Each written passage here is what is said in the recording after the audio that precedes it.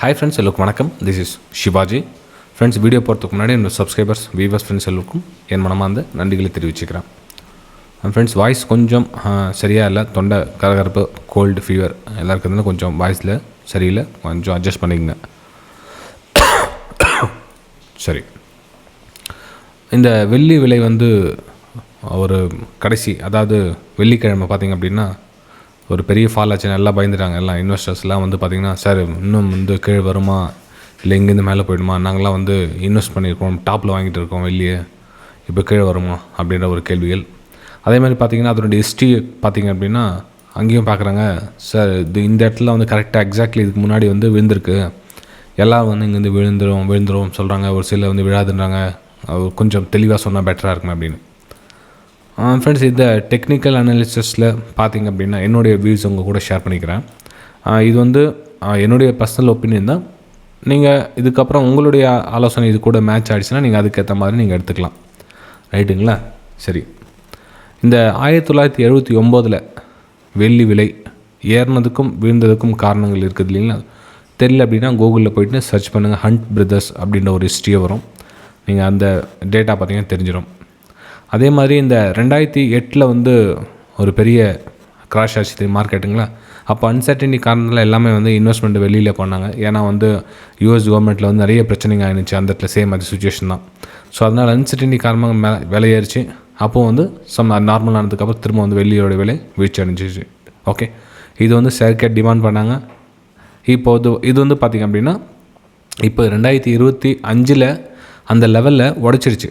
அதாவது அந்த ரெண்டு ஹையோடைய இதுவும் உடச்சிடுச்சு. உடச்சி இந்த இடத்துல வந்து மேலே சஸ்டெண்ட் ஆகிட்டு நிற்குது. அதாவது ரிவர்சல் அப்படின்றப்போ நீங்கள் இந்த 5% 4% இங்கேருந்து பார்த்தீங்கன்னா கிட்டத்தட்ட உங்களுக்கு 1 to double ட்ரிபிள்க்குன்னா மேலே போயிடுச்சு. ஆனால் இந்த ஒரு கேண்டில் ரெட்டில் வந்து நீங்கள் பயப்பட வேண்டிய அவசியம் கிடையாது. அதே மாதிரி நம்ம டெக்னிக்கலாக பார்த்தோம் அப்படின்னா இந்த டிஸ்டன்ஸ் பாருங்கள். இந்த டிஸ்டன்ஸ் வந்து கிட்டத்தட்ட 30 வருஷ காலங்கள் எடுத்துச்சு. இந்த லெவல் பிரேக் பண்ணுறதுக்கு 30 வருஷ காலங்கள் வந்து எடுத்துச்சு. இப்போ நம்ம இந்த 2025 வந்து பிரேக் பண்ண பார்த்திங்கன்னா வெறும் 10 வருஷத்தில் அதனோட ஹையை ரீச் ஆகுது. அதே மாதிரி பார்த்திங்கன்னா இங்கே வந்து கீழே வந்து ப்ரைஸு ரொம்ப நேரம் வந்து ரொம்ப வருஷமங்களாக வந்து அங்கேயே தான் இருந்துச்சு. பெருசாக ஒன்றும் ஏற்றம் இல்லாமல் தான் இருந்தது. ஆனால் இந்த காலகட்டத்தில் பார்த்திங்கன்னா விலை வந்து ரொம்ப என்ன சொல்லுதுன்னா உண்மையிலே வந்து தட்டுப்பாடு வரும் அப்படின்ற ஒரு விஷயம் வந்து இங்கே புரியுது. அப்போது சார் நீங்களாக இருந்தால் இந்த இடத்துல என்ன பண்ணுவீங்க, உங்களுடைய சுச்சுவேஷன்? ஏன்னா ஆக்சுவலி நான் என்னுடைய ஸ்டாக்ஸ் இதில் இருக்குது இல்லைங்களா. என்னுடைய இன்வெஸ்ட்மெண்ட்டும் வந்து வெளியில் இருக்குது. நானாக இருந்தால் இந்த இடத்துல என்ன பண்ணுவேன் அப்படின்னு பார்த்தீங்கன்னா, இந்த இடத்துல ப்ரைஸ் ஒரு வேளை உங்களுக்கு இங்கே சரிவு அப்படின்னா இங்கேருந்து ஒரு எம்பேட்டர் மாதிரி கீழே அந்த வரும் நிலை வந்தால் மட்டும்தான் வந்து அங்கேருந்து நம்ம வெளியே வரோம் சூழ்நிலை வரும். அப்போ நம்ம என்ன பண்ணணும் அப்படின்னா இந்த இடத்துல வந்து இப்போ கரெக்ஷன் வருது இல்லைங்களா. ஸோ ரீடெஸ்ட்மெண்ட்டாகவும் இருக்கலாம். இது இதில் நிறைய பேர் ட்ராப் மாதிரி கீழே வந்து காமிச்சிட்டு அங்கே கீழே வரலாம். ஸோ 48,000 அந்த லெவல் வரலும் நான் வந்து வெயிட் பண்ணுவேன் ஃப்ரெண்ட்ஸ். இதில் இப்போது இந்த இடத்துல வந்து கீழே சப்போர்ட் மாதிரி எடுத்துகிட்டு திரும்ப வந்து கொஞ்சம் கன்சல்டேஷன் அகைன் வந்து மேலே போகிறதுக்கான வாய்ப்புகள் என்னுடைய வியூவில் இருக்குது. ஸோ ப்ரைஸ் வந்து கீழே டச் ஆகிட்டு மேலே சுச்சுவேஷன் கீழே வந்து ஒஸ்ட் ஆகிடுச்சு அப்படின்னா இந்த இடத்துல பேட்டர்ன் கிரியேட்டு கீழே வரும். ஸோ இடத்துல வந்து எக்ஸிட் ஆகிடுவேன். நான் கிட்டத்தட்ட 48,000க்கு நான் வந்து எக்ஸிட் ஆகிடுவேன். ஓகே, சரி. இந்த இடத்துல சுச்சுவேஷன் வந்து கீழே வந்து இந்த இடத்துல வந்து ப்ரைஸ் கன்சல்டேஷன் ஒரு ஹையரை மார்க் மேலே மூவ் ஆரம்பிச்சுன்னா அகைன் வந்து இதில் ஃப்ரெஷ்ஷாக வந்து இன்வெஸ்ட்மெண்ட்டும் ஸ்டார்ட் பண்ணுவேன். ஓகே, ஸோ இந்த இடத்துல வந்து பேனிக் ஆக வேண்டிய அவசியம் கிடையாது. இது வந்து கரெக்ஷன் ஏரியா. இந்த இடத்துல ப்ரைஸு 48,000 வரதுக்கான வாய்ப்புகள் இருக்குது. ஸோ இது வந்து கரெக்ஷன் ஏரியா. ஓகே, ஸோ நீங்கள் இடிஎஃப்பில் பார்த்தீங்கன்னா கூட ப்ரைஸ் வேறு இடிஎஃப்பில் வந்து வேறு மாதிரி உங்களுக்கு அங்கே காமிக்கும். உங்களுக்கு அது ஒன்றுத்தில் ஒரு 5%, 3%, 2%, 4% இப்படி முன்ன பின்ன காமிச்சிட்ருக்கும்.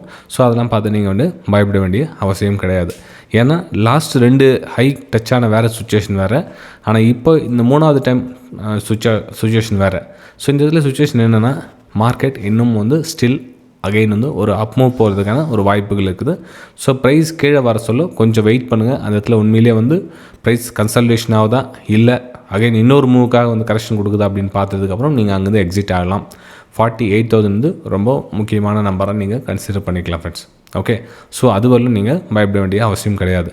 ஒருவேளை நீங்கள் டாப்பில் இன்வெஸ்ட் பண்ணிட்டு இருந்தேன் அப்படின்றவங்க ப்ரைஸ் வந்து 48 கீழே போகுது சார் வெயிட் பண்ணலாம் அப்படின்னா அங்கே வெயிட் பண்ண வேண்டிய அவசியம் கிடையாது, எக்ஸிட் ஆகிடுங்க இந்த இடத்துல. ஏன்னா ப்ரைஸ் அகைன் கன்சல்டேஷன் இது கொஞ்சம் நாள் போகும், இது வந்து 2 வருஷம் 3 வருஷம் இங்கே நின்றுச்சுன்னா திரும்ப வந்து ப்ரைஸ் மேலே போகிறதுக்கு டைம் எடுக்கும்.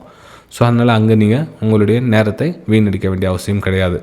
48க்கு மேலேயே சஸ்டைன் நிற்குது அப்படின்னப்போ நீங்கள் வந்து அங்கே உங்களுடைய முதலீட்டை ஹோல்ட் பண்ணலாம். இது என்னுடைய பர்சனல் சஜஷன். ஓகே, ஸோ இந்த விஷயம் தான் சொல்ல மாறிச்சு. ஜஸ்ட் இந்த வியூஸ் உங்களுக்கு ஒப்பீனியனாக என்னுடைய பர்சனல் ஒப்பீனியன் கொடுத்து வீடியோ பிடிச்சா மறக்காமல் உங்களுடைய கருத்துக்களை கீழே கமெண்ட்டில் தெரிவிக்கலாம். நம்ம அடுத்த வீடியோ சந்திக்கலாம். Thank you friends.